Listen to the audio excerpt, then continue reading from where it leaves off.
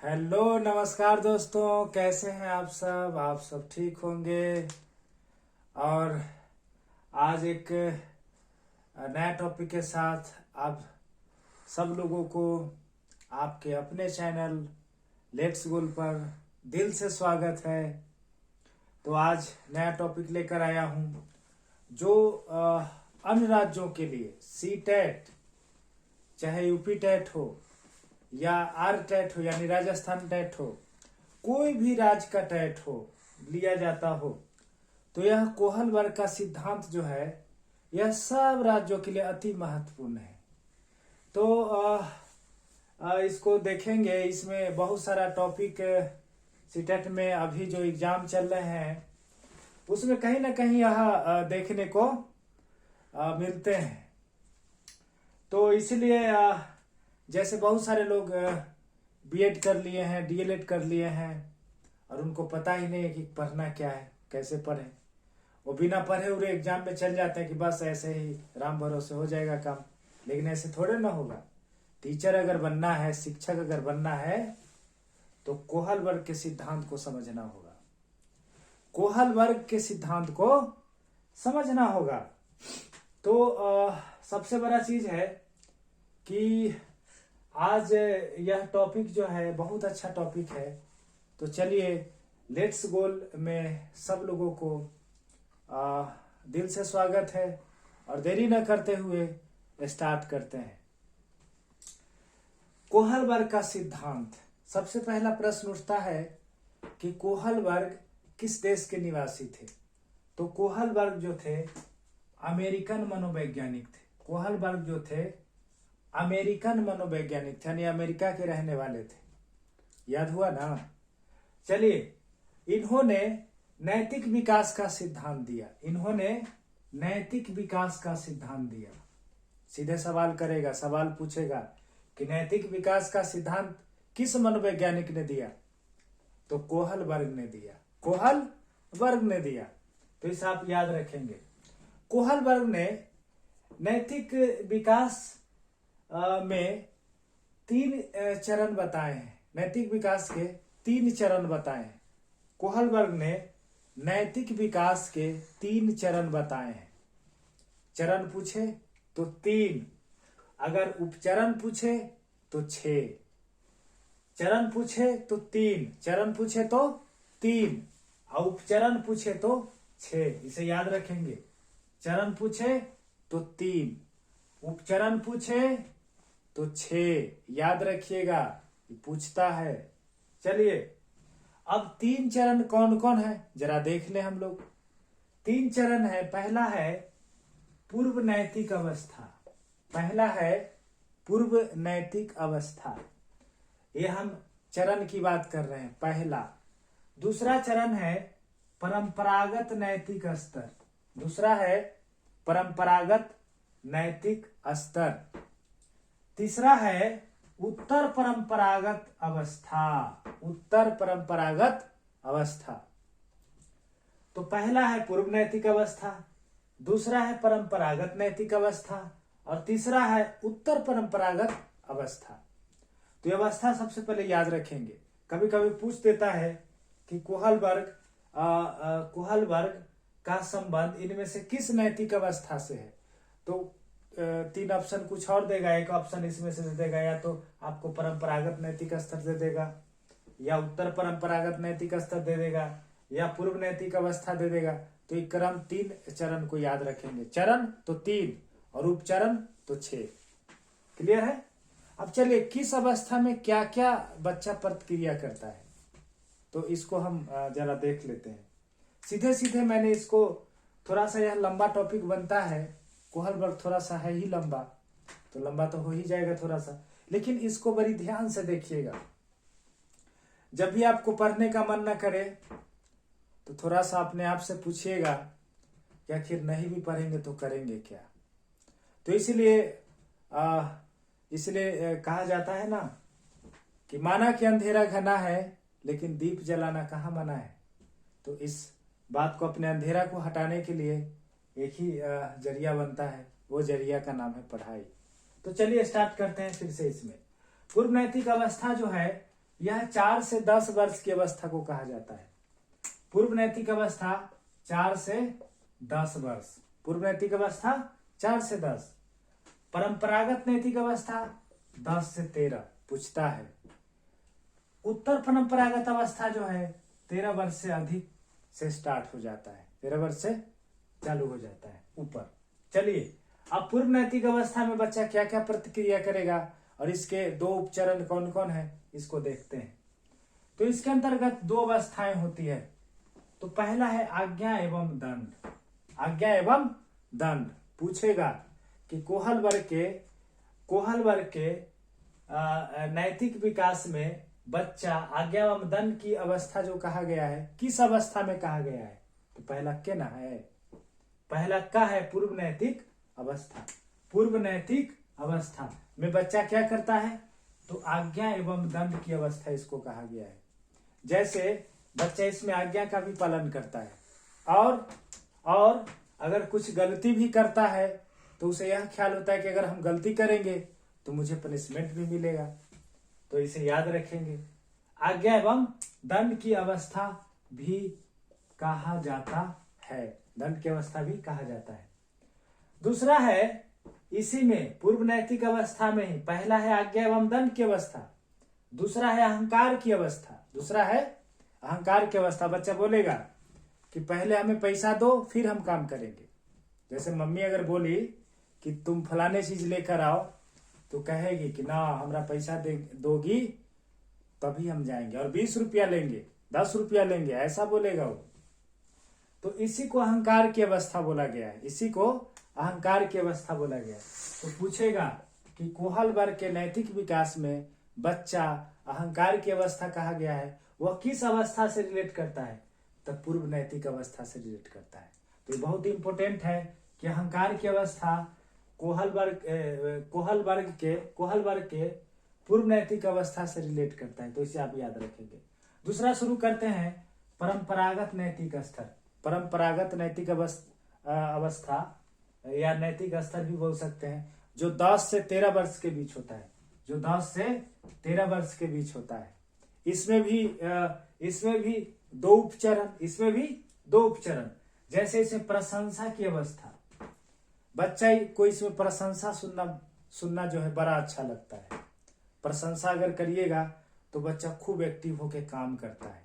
तो सीधे यही समझिए कि प्रशंसा की अवस्था जो होता है कोहल वर्ग के परंपरागत नैतिक स्तर में आता है, जो 10 से 13 वर्ष की अवस्था होती है। तो यह सीधे सीधे सवाल करेगा कि बच्चा जो है प्रशंसा की अवस्था कोहल वर्ग के अनुसार किस आयु में होता है, तो 10 से 13 वर्ष की आयु में होता है, 10 से 13 वर्ष की आयु में होता है। दूसरा इसमें उपचरण आते हैं सामाजिक व्यवस्था के प्रति सम्मान की अवस्था। दूसरा है सामाजिक व्यवस्था के प्रति सम्मान की अवस्था, सम्मान की अवस्था। नैतिक विकास को अवस्था का इसे नैतिक विकास की अवस्था भी कहा जाता है। बहुत इंपॉर्टेंट है, यह सीधे सीधे सीटेट में पूछता है कि कोहल वर्ग के अनुसार बच्चा नैतिक विकास की अवस्था, कोहल वर्ग नैतिक विकास की अवस्था जो होता है किस स्तर पे होता है, किस चरण में होता है, तो परंपरागत नैतिक स्तर में, यानी 10 से 13 वर्ष के बीच होता है। 10 से 13 वर्ष के यहाँ बीच होता है, तो इसे याद रखेंगे आप। और तीसरा है उत्तर परंपरागत अवस्था। तीसरा चरण, इसमें फिर हम 2 उपचरण की बात करेंगे। तो तीसरा है उत्तर परंपरागत अवस्था, जो 13 वर्ष से अधिक होता है। इसके अंतर्गत भी 2 अवस्थाएं होती है। जैसे पहला है समाज के साथ संबंध। बच्चा जो है समाज के साथ संबंध समझौता करता है, यानी समाज के कुछ रूल होते हैं उसको वो मानने के लिए बाध्य होता है, यानी वो मानता है, उसे देखता है कि यह ऐसे करेंगे तो अच्छा होगा, समाज में समाज के लोग हमें अच्छा कहेंगे। तो समाज के साथ क्या करता है, समझौता करता है तथा सामाजिक नियमों का भी पालन करता है। तो यही सवाल पूछता है कि कोहल वर्ग के नैतिक अवस्था में बच्चा सामाजिक नियमों का पालन किस अवस्था में करता है, कौन से स्तर में करता है? तो तीसरा वाला याद रखेंगे, उत्तर। सामाजिक नियमों का पालन, उत्तर। उत्तर परंपरागत अवस्था, याद रखिएगा, यही पूछता है। सामाजिक नियमों का पालन कोहल वर्ग के अनुसार बच्चा सामाजिक नियमों का पालन किस स्तर, किस चरण में करता है? तो उत्तर परंपरागत अवस्था में करता है, जो 13 वर्ष से अधिक होता है। यही सवाल ज्यादा पूछता है। इसी में फिर आता है सार्वभौमिक संबंध। सार्वभौमिक संबंध, सार्वभौमिक संबंध का मतलब होता है इसमें बालक स्वयं नियम बनाता है, स्वयं नियम बनाता है और नियम बनाता है। इस अवस्था में बालक अपने मन से कार्य करता है और वह यह भी ध्यान रखता है कि मैं जो करूं वो सब लोगों की भलाई की इसमें कुछ बात जो है समाहित होना चाहिए, तो इस बात का वह ध्यान रखता है। तो सबसे बड़ा चीज है कि कोहलबर्ग अमेरिका के थे, कोहलबर्ग अमेरिका के थे, यह मनोवैज्ञानिक थे। इन्होंने नैतिक विकास का सिद्धांत दिया, इन्होंने नैतिक विकास का सिद्धांत दिया।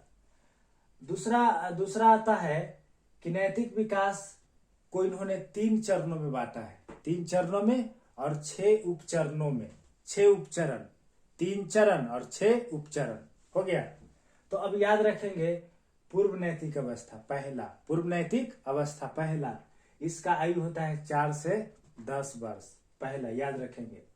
दूसरा आता है परंपरागत नैतिक स्तर, परंपरागत नैतिक स्तर, जो आयु कहलाता है 10 से 13 वर्ष, 10 से 13 वर्ष। और तीसरा आता है उत्तर परंपरागत अवस्था, जो 13 वर्ष से अधिक से शुरू हो जाता है। इसमें VBI टॉपिक क्या याद रखें?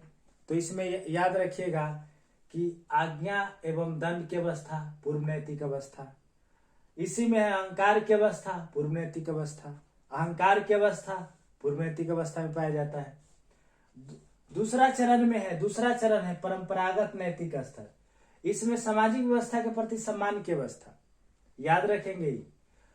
दूसरा इसे नैतिक विकास की अवस्था भी कहा जाता है, नैतिक विकास दूसरा में, नैतिक विकास दूसरा में ही खूब पूछता है। परंपरागत नैतिक स्तर में बच्चा जो है नैतिक विकास की अवस्था का रूप कहा गया है, तो इसे याद रखेंगे। तीसरा है उत्तर परंपरागत अवस्था, जो 13 वर्ष से ऊपर शुरू हो जाता है, अधिक से शुरू हो जाता है। इसमें आप 2 चीज याद रखेंगे कि सामाजिक नियमों का इसमें पालन करता है, सामाजिक नियमों का पालन करेगा, पहली बात। और दूसरा जो है इसमें कुछ अपने थॉट भी उसमें समाहित करेगा, अपने सोच को भी उसमें ये कर देगा कि नहीं ऐसे करिएगा तो ज्यादा अच्छा होगा। तो यही इसमें बालक स्वयं का नियम भी बनाता है। स्वयं का नियम बालक किस स्तर में बनाता है, किस चरण में बनाता है? तो उत्तर परंपरागत अवस्था में। तो पहला याद रखेंगे पूर्व नैतिक अवस्था 4 से 10 पहला।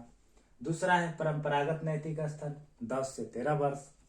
तीसरा है उत्तर परंपरागत अवस्था, जो 13 वर्ष से शुरू हो जाता है, ऊपर शुरू हो जाता है। तो इसे ये थोड़ा सा है, थोड़ा सा लगेगा आपको, लेकिन यह अभी जो सीटेट का एग्जाम हो रहा है इसमें कहीं ना कहीं घुमा फिरा के हर शिफ्ट में पूछता ही है। तो अब इनका जो इन्होंने जो बताए हैं नैतिकता का अर्थ, कोहलबर्ग के अनुसार नैतिकता का क्या अर्थ है, नैतिकता का क्या अर्थ है? तो देखिए सबसे बड़ा चीज है कि नैतिक व्यवहार जन्मजात नहीं होता। सीधे सवाल करेगा कि नैतिक व्यवहार जन्मजात नहीं होता है, यह किस मनोवैज्ञानिक ने कहा था? तो नैतिक जहां लगल है कोहलबर्ग, नैतिक जहां लगल है कोहलबर्ग, याद रहेगा ना, याद रखिएगा। पढ़ने में कभी कभी लगता है ना कि क्या ये सब बोझिल काम है, लेकिन एक बात याद रखिए कि पढ़ाई सबसे अच्छा चीज है और पढ़ते रहना चाहिए और अपना काम जो है वो करते रहिए और अपना पढ़ाई करते रहिए। अगर पढ़िएगा नहीं तो करिएगा क्या? चलिए, तो नैतिक व्यवहार जन्मजात नहीं होता है, नैतिक व्यवहार जो होता है जन्मजात नहीं होता है। दूसरा है यह सामाजिक परिवेश से सीखा या अर्जित किया जाता है। नैतिकता जो है वह बच्चा समाज से सीखता है और अर्जित करता है, समाज से सीखता है और अर्जित करता है। यह सामाजिक परिवेश से सीखा और अर्जित किया जाता है। सामाजिक परिवेश से सीखा और अर्जित किया जाता है। उसके बाद जो है जब बालक का जन्म होता है तो वह ना तो नैतिक होता है और ना ही अनैतिक होता है। बालक का जब जन्म होता है तो ना ही नैतिक होता है और ना ही अनैतिक होता है। वह अच्छा या बुरा समाज से ही सीखता है। देखिए, जन्म होता है तो न नैतिक होता है न अनैतिक होता है। जन्म के बाद अच्छा या बुरा वह समाज से ही सीखता है। वह समाज से ही सीखता है। वह अच्छा या बुरा समाज से ही सीखता है। इसलिए इसे वातावरण की प्रक्रिया भी कहा जा सकता है। यानी वातावरण का बड़ा प्रभाव पड़ता है। वातावरण का बड़ा प्रभाव पड़ता है। अगर मान लीजिए घर का वातावरण अगर अच्छा नहीं है और उम्मीद करते हैं कि मेरा बच्चा अच्छा हो जाए, खूब होनहार हो जाए, खूब अच्छा पढ़े, आगे बढ़े, हम जो कहें वही बात माने, तो इसके लिए होता है एक अच्छा वातावरण तैयार करना। तो यह माँ बाप की जिम्मेदारी बनती है कि अपने परिवेश को, अपने आसपास के परिवेश को एक ऐसा माहौल बनाए जो बच्चा को कुछ करने का मन करे कि नहीं मैं भी कुछ करूं। तो इसके लिए माहौल डेवलप करना होगा। ऐसे संभव नहीं है, केवल बात करने से नहीं होगा, केवल स्कूल भेज देने से नहीं होगा, केवल अच्छे कपड़े पहना देने से नहीं होगा। तो कोहल वर्ग के नैतिक विकास को अगर ध्यान में रखेंगे तो बड़ी शानदार है यह। उसके बाद है ये तो जान ही लिया कि जब बालक का जन्म होता है तो न तो नैतिक होता है और न ही अनैतिक होता है। यह किस मनोवैज्ञानिक के तथ्य के अनुसार है? तो कोहल वर्ग सीधे सीधे पूछ सकता है। वह अच्छा या बुरा समाज से ही सीखता है। इसलिए वातावरण की प्रक्रिया भी इसे कहा जाता है। इसलिए इसे वातावरण की प्रक्रिया भी कहा जाता है। नेक्स्ट पॉइंट है बालक का विकास औपचारिक रूप से अपने आस पड़ोस तथा स्कूल में नैतिक का विकास होता है। यानी कहने का मतलब है कि नैतिक का विकास जो होता है बच्चा आसपास से ही सीखता है। आसपास से सीखता है और जब बच्चा स्कूल जाता है तो स्कूल के वातावरण भी उसे प्रभावित करता है। तो यह बात है कि बालक का विकास अनौपचारिक रूप से अपने आसपास तथा स्कूल में नैतिक विकास होता है। स्कूल में नैतिक विकास होता है। तो सबसे बड़ा चीज है कि यह शानदार टॉपिक था। इसे आप कई बार देखेंगे और यह जो है क्रम जो है याद रखेंगे। तो यह पूछता है। और एक है रेड डाटा बुक, जो हो सकता है पर्यावरण के टॉपिक में पूछ दे, इसलिए मैं अपने हिसाब से इसको भी ऐड कर दिया हूं कि रेड डाटा बुक कौन जारी करता है? तो IUCN, याद रखेंगे IUCN। ये बहुत VVI लाइन है। हो सकता है पर्यावरण के टॉपिक में यह बना दे कि रेड डाटा बुक कौन जारी करता है? तो IUCN, याद रखेंगे। तो इतना ही रहने देते हैं और फिर हम लोग नेक्स्ट टॉपिक में मिलते हैं। सो आप अपना और अपनों का ख्याल रखिए। So thank you.